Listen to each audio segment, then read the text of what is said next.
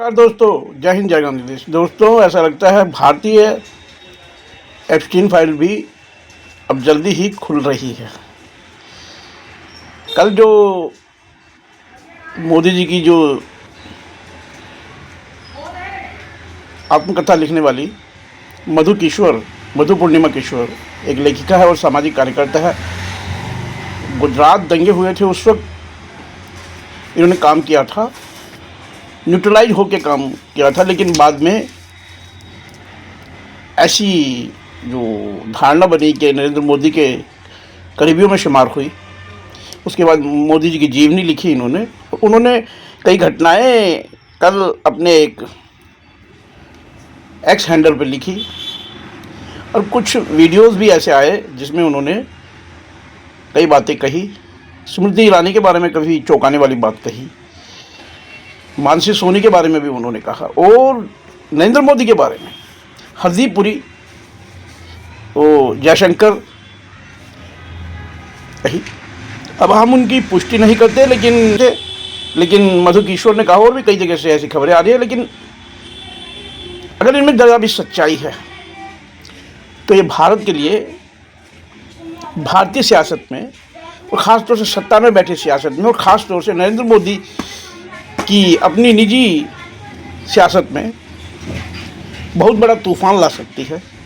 और इस देश में जैसे जो डॉक्टर मनमोहन सिंह ने कहा था कि ब्लंडर साबित होंगे। हालांकि जीएसटी, नोटबंदी, लॉकडाउन और इन सब में ये काफ़ी हद तक हमें नज़र भी आया है। लेकिन अब गोदी मोडिया जो है, गोदी मीडिया नहीं, गोदी मोडिया की बात अब देखते हैं कहाँ क्या कहते हैं। मधु किशोर के जो आत्मस्वीकृति और मोदी जी के ऊपर जो बयान उन्होंने दिया है, मोदी जी के बारे में कहा है, अपनी आत्मकथा में क्या क्या लिखी है और क्या क्या बोलेंगे वो बोली हैं, वो तो आत्मकथा पढ़ने के बाद पता चलेगा। लेकिन उन्होंने जो वर्बली जो बताया, एक समरी के तहत बताया है, उसमें काफ़ी कुछ ये है कि क्या गोदी मोडिया इस पर डिबेट रखेगा, सवाल जवाब करेगा।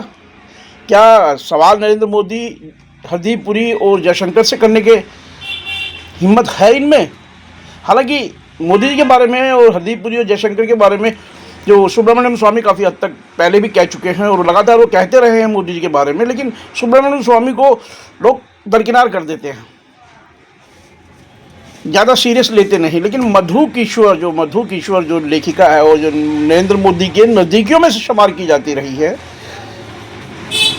वो अगर जिस तरह की बातें कहती है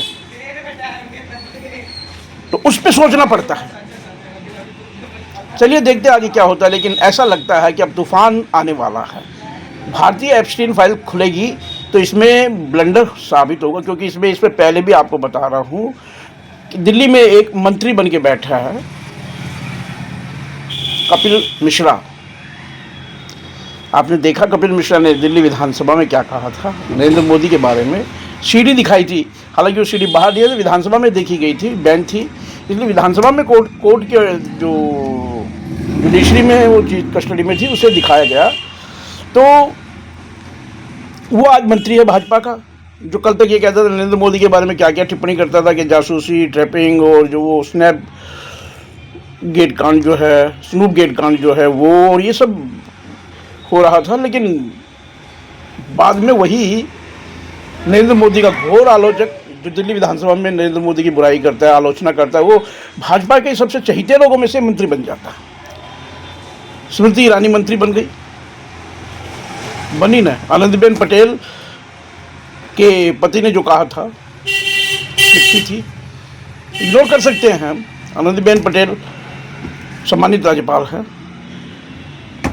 जो बातें हैं इन पे हम सत्यता की मोहर न लगा सकते हैं, न इस पर विश्वास कर सकते हैं, लेकिन जो बात पब्लिक डोमेन में है और आ गई है उनको इग्नोर भी तो नहीं कर सकते ना। ठीक उसी तरह जैसे ट्रंप एप्स्टीन फाइल से अपना दामन बचाने के लिए ईरान पे हमला कर देता है और ईरान को इस तरह मिटाने की कोशिश करता है कि लोग एप्स्टीन को बिल्कुल मिटा दें और ईरान नज़र आए, इजराइल नज़र आए, अमेरिका नज़र आए और बस ये जंग नज़र आए।